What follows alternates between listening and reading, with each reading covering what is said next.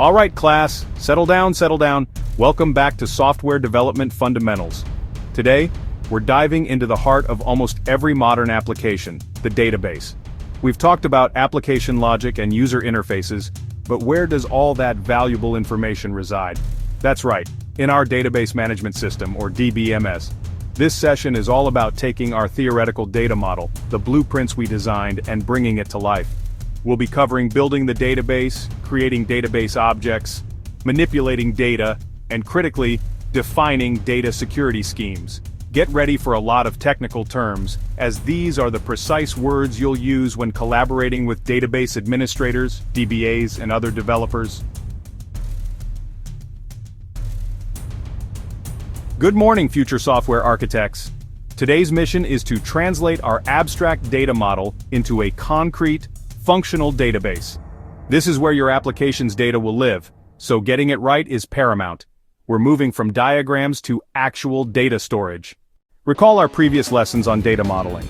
We designed our entities, defined their attributes, and established relationships between them, one-to-one, one-to-many, many-to-many. This visual representation, often an entity relationship diagram, ERD, is our guiding star. Now we're going to use this blueprint to build the database for the software. The primary language we'll use for interacting with our database is SQL Structured Query Language. It's the lingua franca of relational databases. Our first step is typically to create the database instance itself within our chosen DBMs. For example, in PostgreSQL, you might use the create database command. Once the database instance exists, we connect to it. Now we're ready for our second major topic, creating database objects. Based on our data model, the most fundamental objects we'll create are tables. Each entity in our ERD becomes a table in our database. Each attribute becomes a column within that table, with a specified data type, varchar for text, integer for whole numbers, decimal for monetary values, boolean for true-false, date or timestamp for temporal data, and so on. We'll also define constraints like not null to ensure data integrity, and crucial primary key constraints to uniquely identify each row. Create table products with product_id serial primary key, product_name varchar 100, not null, description text, price decimal 10-2, not null, stock_quantity integer not null. Create table orders with order_id serial primary key, customer_id integer not null, order_date timestamp default current_timestamp, total_amount decimal 10-2, not null, status, varchar 50, default pending, foreign key, customer_id, references customers customer ID. Notice the foreign key constraint in the orders table. This establishes the relationship between orders and customers, enforcing referential integrity. This means an order cannot exist without a valid customer. Beyond tables, we might create other database objects to enhance performance and functionality. For example, indexes are critical for fast data retrieval. They're like the index in a book, allowing the DBMS to quickly locate specific rows without scanning the entire table. Create index IDX_customers email on customers email. Create index IDX_orders_customer ID on orders customer_ID. We also create views, which are virtual tables based on the result set of an SQL query. They simplify complex queries and can provide a level of data abstraction and security. Create view active customers as select customer_ID, first_name, last_name, email from customers where customer_ID in select distinct customer_ID from orders, where order_date, January 1st, 2024. And for encapsulating business logic, we use stored procedures or functions. These are pre-compiled SQL statements that can be executed repeatedly, improving performance and maintainability. They're excellent for complex operations or for enforcing business rules at the database level. Once our structure is in place, we move to manipulating data in the database management system, DBMS. This is where our application truly interacts with the database, performing the CRUD operations: create, read, update, and delete. To create new data, we use the insert statement. Insert into customers, first_name, last_name, email, phone_number, values, Alice, Smith, alice.smith at example.com, 555-1234.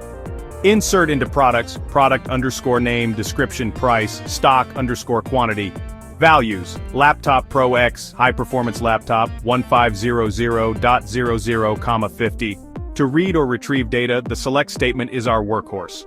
We can fetch all columns or specific ones, filter rows using a where clause, sort results with order by, and combine data from multiple tables using join operations, an absolutely essential skill. Select from customers, select product underscore name, price from products where price 1000, select c.first underscore name, comma c.last underscore name, comma o.order, underscore id, comma o.order underscore date from customer c join orders o on c.customer underscore id equal sign o.customer underscore id where o.status equal sign pending. To update existing data, we use the update statement, always specifying a where clause to target the correct rows, otherwise you'll update everything. Update product set stock underscore quantity equal sign 45, where product underscore ID equal sign 1, update customers, set phone underscore number equal sign 555, 9876, where email equal sign alice.smith@example.com. And finally, to delete data, we use the delete statement. Again, the where clause is crucial to prevent accidental data loss. Delete from orders where status equal sign canceled and order underscore date, January 1st, 2024. Now, let's talk about an absolutely non-negotiable aspect of database management: defining data security schemes. This is paramount. Data breaches can lead to catastrophic consequences, from financial losses to reputational damage and legal issues. We need to control who can access what and what they can do with it. Most DBMSs provide robust security models. We achieve security through a combination of authentication and authorization. Authentication verifies who a user is, typically via a username and password. Authorization defines their permissions once authenticated. We typically create database users for applications and individual administrators. Instead of granting permissions directly to users, a best practice is to define roles. A role is a collection of privileges. You then grant these roles to users. Create user app underscore user with password, strong underscore password, create role sales underscore analyst, grant select on customers to sales underscore analyst, grant select on products to sales underscore analyst, grant sales underscore analyst to app underscore user, grant the role to the user, grant insert, update, delete on customers to app underscore user, grant insert, update, delete on orders to app underscore user. We use the grant command to assign privileges like select, insert, update, delete on specific database objects, tables, views, stored procedures, to users or roles. Conversely, the revoke command removes these privileges. This least privilege principle is vital. Users and applications should only have the minimum permissions necessary to perform their functions. For instance, a sales report application only needs select access, not delete.